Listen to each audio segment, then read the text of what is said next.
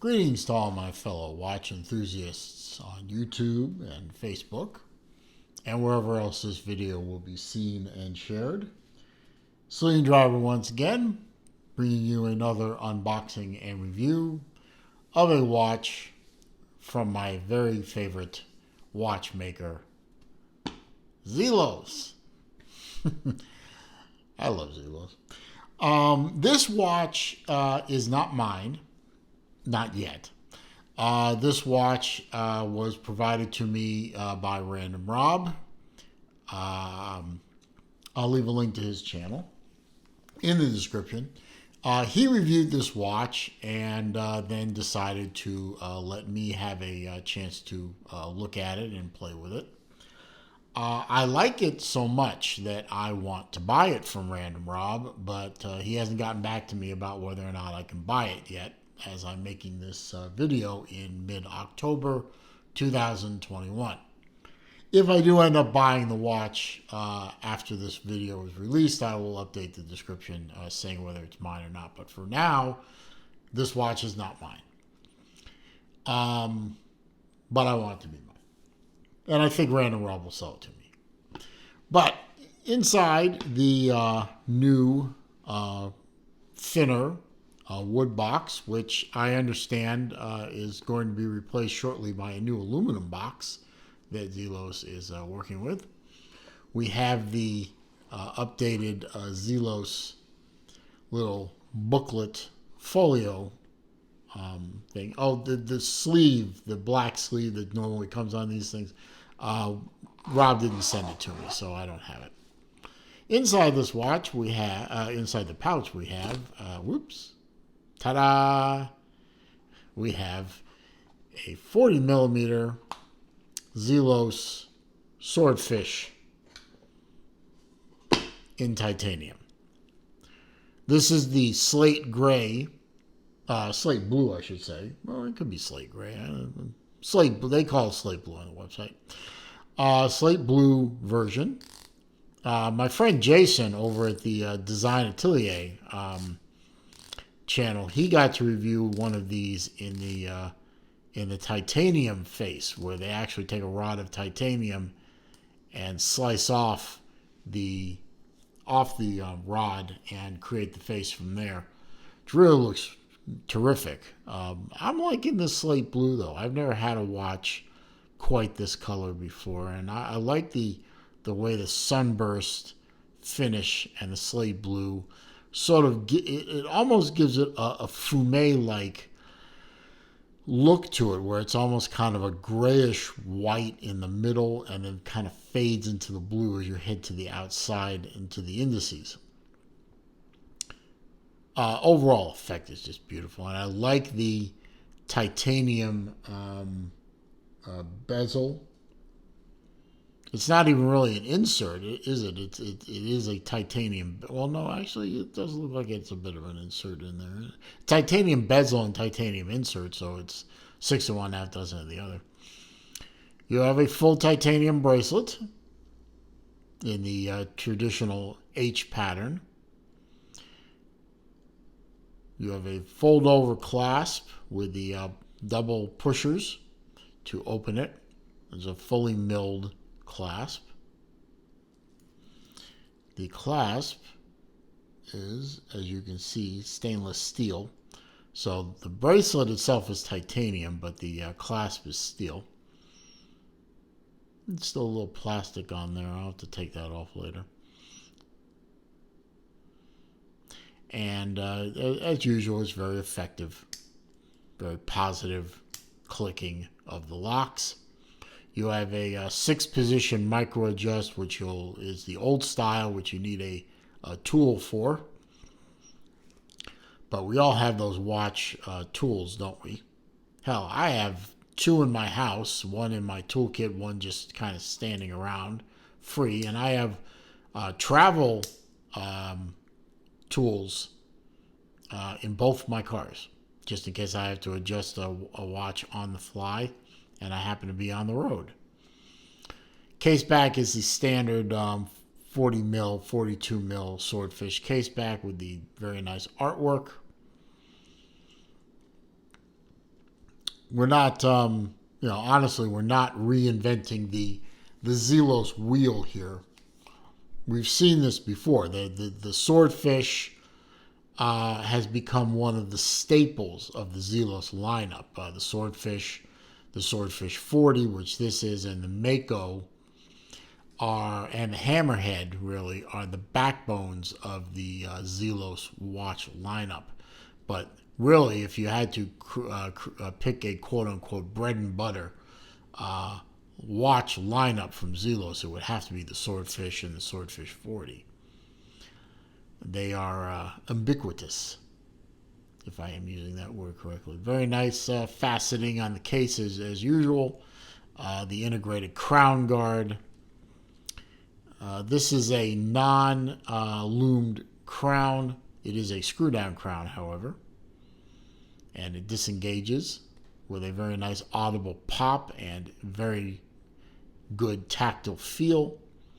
It has 2 clicks. First click is the date adjust, and you can see there is a date window with a color integrated date wheel.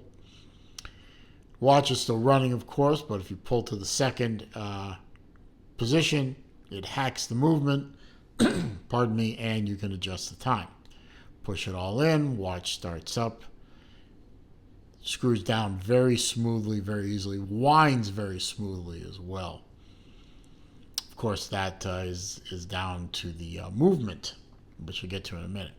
You have quick release spring bars for the bracelet, so changing to a strap or something else will be very easy. Of course, you'll need to provide another set of spring bars for that. The measurement across here is only 20 millimeter, so spring bars are fairly easy to come by. And come on, all you watch guys, you know you have a stash of spring bars sitting in your watch box somewhere for just such an occasion. Very vocal, somewhat stiff bezel action, but very vocal, and lines up just fine. No slop, no kickback. Just does what a Zelos does. It does it as it should. Give you a wrist shot. Now, 40 millimeter is right at the very bottom of watches that I can wear on my 7¼ inch wrist without looking comically small. But this one with its short lugs fits me very nicely, and they do drop away very nicely. With the elongated first link there, it does extend the watch width a little bit, and it looks right on my wrist. I don't generally wear 40s as often as I wear, say, a 42 or 43, but this watch looks good on my wrist. So I have owned 40 millimeter Swordfish in the past. And of course, I own several Makos. So, but 40 millimeter is pretty much as small as I go in general. Very nice, very nice. Just the overall look of the watches. I love the lightweight. I love the look of titanium and the matte finish of titanium. And I think the slate blue watch dial sets everything off very nicely. I have my sheet of facts here, so I can tell you plenty about it.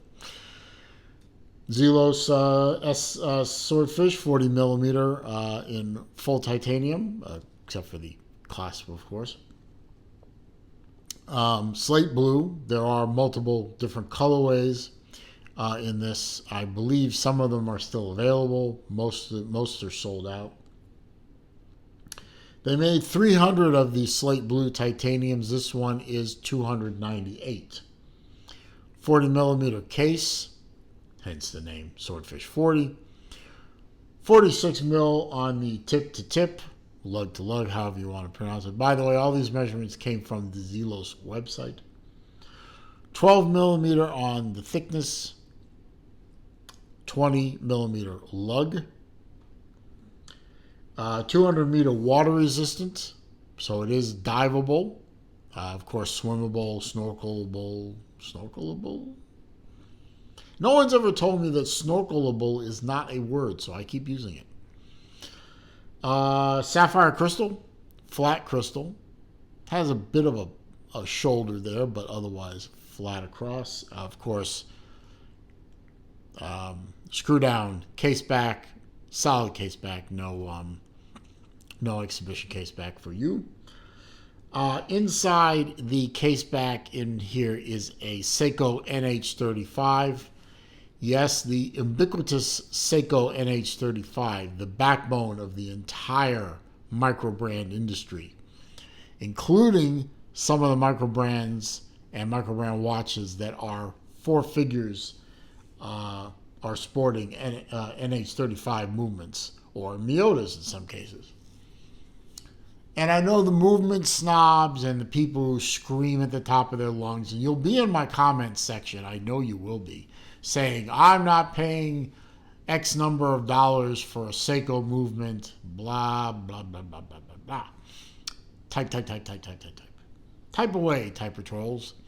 NH35 movements are ubiquitous, and NH36s for that matter, are ubiquitous for a reason. They are tank tough. They are indestructible for the most part. And when they do go wrong, every single watchmaker out there in the world, whether they're a high-end guy or the guy who's just starting out, everybody can take apart an NH35. Everyone can get parts for an NH35, and if the movement is so far gone that it's not worth repairing, you can go online and buy NH35s for not very much money, $50 or less. Swap the handles in the date wheel, and there you go. So there's a reason microbrands, almost all of them, not just Zelos, but there's a reason microbrands use these movements, these Miyota movements, the Solitas, the Seikos. It's because they can buy the movements inexpensively, put them in their watches, and concentrate their time, their money, and their energy on designing the watches we love so much, and not having to reinvent the wheel.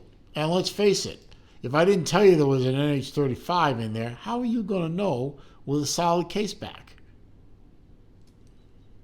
It's not like you're missing out on Geneva stripes and engine turning and fancy chamfering of base plates and stuff like that. So I'll get off my rant horse again, but people get in my comments section and go bonkers over the fact that these watches are using off-the-shelf movements. Go sell that somewhere else, please. It has no effect on me. 120 click bezel. It is a full titanium bezel and titanium bezel insert. It is fully loomed. This thing is a loom monster. I can't show you that, but if you go on to Zelos' website, look at a picture of one of these things, they got enough loom on this watch that it could be classified as a flashlight. Beautifully put together. I really hope Random Rob agrees to sell me the watch because I really like it. And I'm a big fan of titanium. I own several Zelos titaniums. In fact, I was wearing one earlier. It was my first gen Hammerhead in full titanium.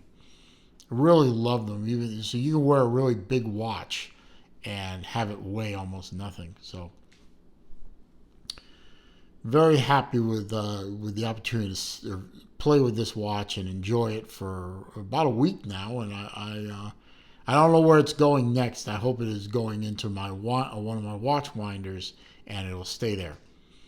But for now, I hope you guys, you found this video to be entertaining, informative, and useful.